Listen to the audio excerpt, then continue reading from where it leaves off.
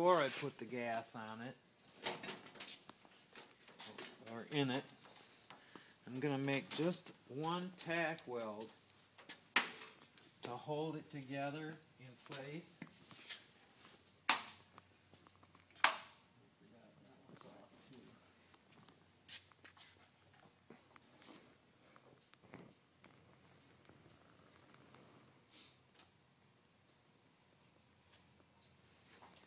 Now your settings on your welder are going to vary with the welder. And it just takes experience knowing what your welder will do and how it performs. Mm-hmm. So, turn our gas on. TIG welder is always AC, or is it? TIG is AC? Yeah, You've got an or AC setting? DC. You can weld DC. It just depends Either on both? what you're welding. I don't have enough experience to say, well, do this for this and this for this. I only know what I've done in this shop. Of course, this welder's not plugged in either. I was laid off, so all of this stuff was unplugged and put up because theoretically it wasn't going to give me use for a while.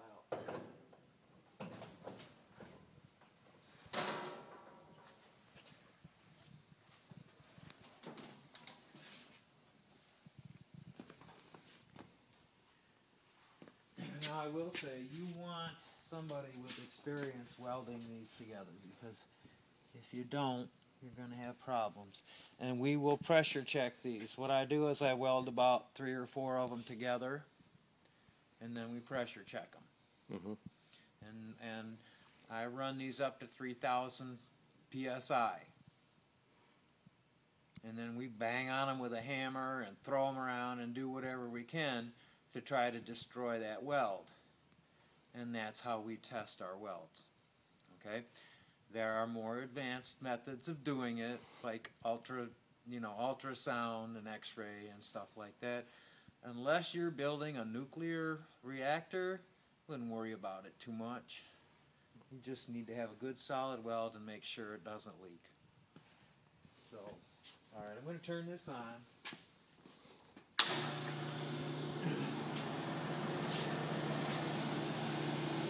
This is just a standard 308 rod.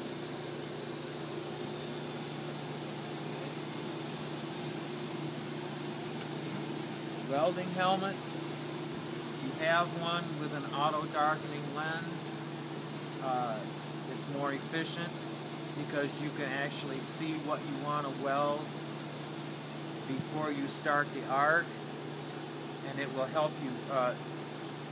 It just makes it a lot more less time consuming than having to flip it down with your head. Well, then your hand moves and you don't know where you're at. So these are quite nice to have. This one costs like $125. Yep.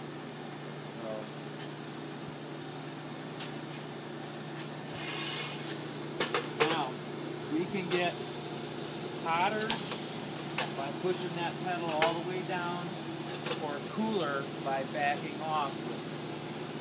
And we also have a manual adjustment up there. There's 3 lines going to that. What's going on there? There's coolant going in and coolant going out. Oh, that's a coolant line. And then your inert gas. Oh yeah, this thing will be glowing red hot. Where's the power to this? It's in the cord.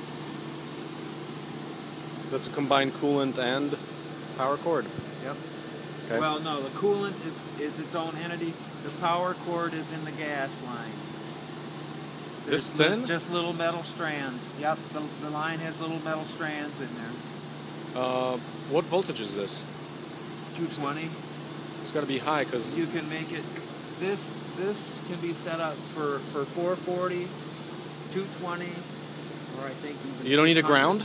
Huh? You don't need a ground. Yeah, I gotta put the ground on. Oh, okay. Otherwise, I won't get any spark, or I won't get any flame. I'll put it that way.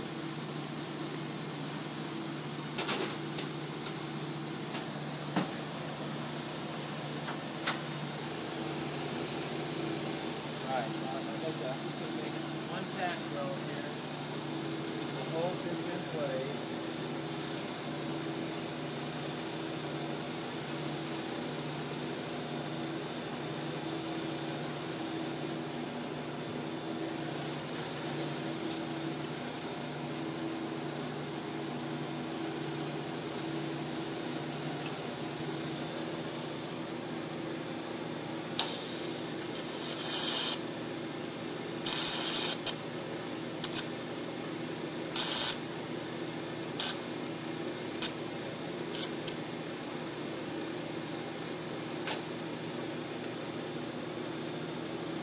Oh wow. So what you do is you heat up the metal and you feed the rod into it. Yeah.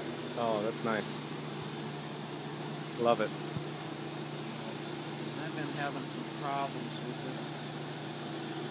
So this is high With the voltage, arc. unlike the MIG. The MIG is pretty no, low. They're the same. I mean, they both run 220. It's just your amperage is a little different. Yeah. Okay.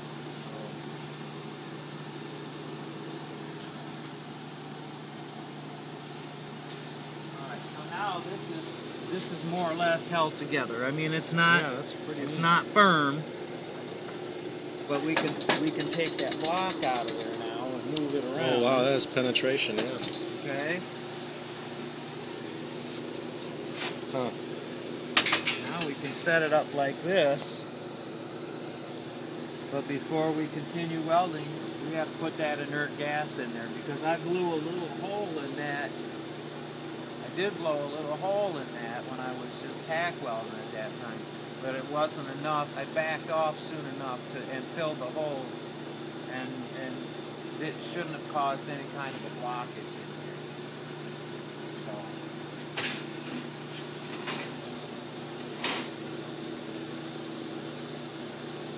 Alright. Now, unfortunately, I wish we had another tank of gas. But we don't, so I'm going to have to keep taking the hose off the MIG welder and then reconnecting it as we do our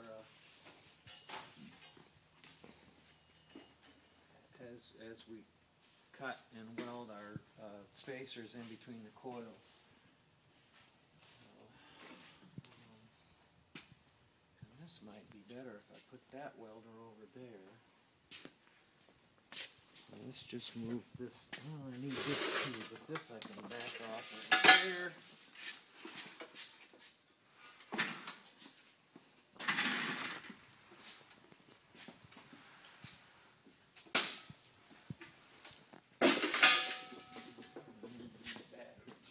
Corner.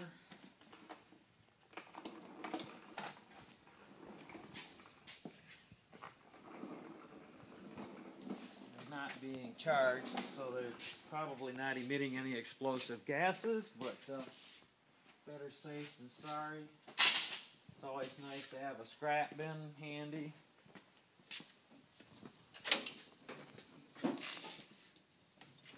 Some golden hair. And you know what? We have to pay somebody to haul that stuff away.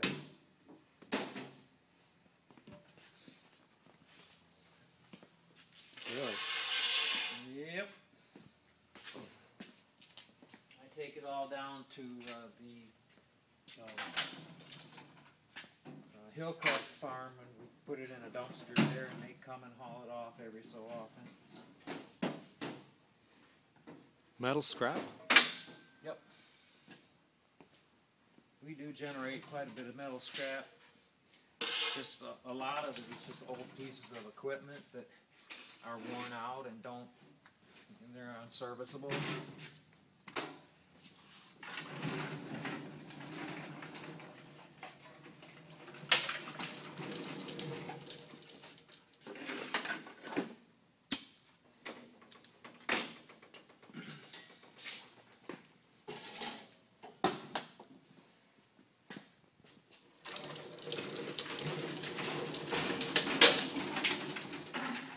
This will keep our line